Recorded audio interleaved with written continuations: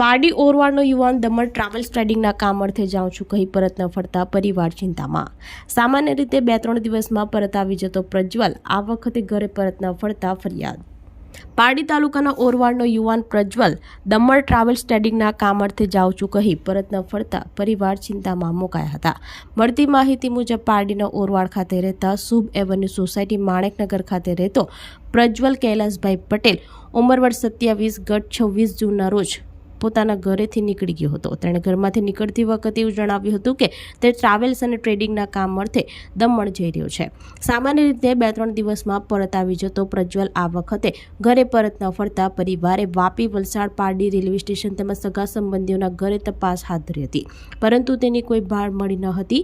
આખરે પારડી પોલીસ સ્ટેશનમાં ગુમ થયા અંગેની જાહેરાત આપવામાં આવી હતી અને જો કોઈ પણ વ્યક્તિને આ યુવક અંગે માહિતી મળે તો તાત્કાલિક પારડી પોલીસ સ્ટેશનનો સંપર્ક કરવા જણાવ્યું હતું।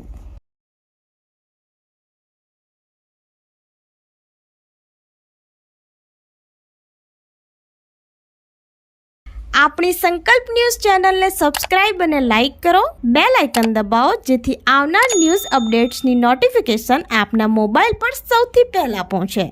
Like, subscribe and share the video.